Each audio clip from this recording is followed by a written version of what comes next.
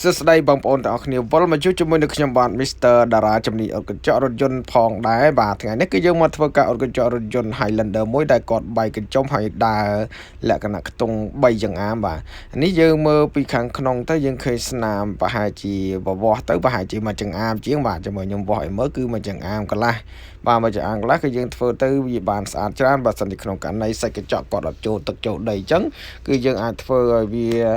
ស្និបល្អតែបើក្នុងករណីគាត់ຕົកយូរចូលទឹកចូលដីអីចឹងគឺយើងអាចធ្វើទៅវាអត់សូវស្អាតច្រើនទេអញ្ចឹងបានតែ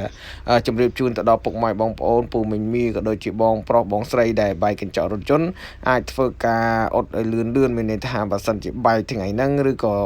បែកពីម្សិលអីកុំតន់លាងទឹកលាងអីគឺឆាប់ធ្វើទៅបើអញ្ចឹងទេបើសិនជានៅឆ្ងាយអីបើបែករៀលអីចឹងគឺអាចយកស្គុតរុំអីវ៉ាន់ហ្នឹងបិទវាសិនទៅបដោះអាសន្នកុំឲ្យវាចូលទឹកចូលដីអញ្ចឹងណាបើសិនជាវាចូលទឹកចូលដីទៅយើងធ្វើទៅវាអត់សូវស្អាតទេហើយ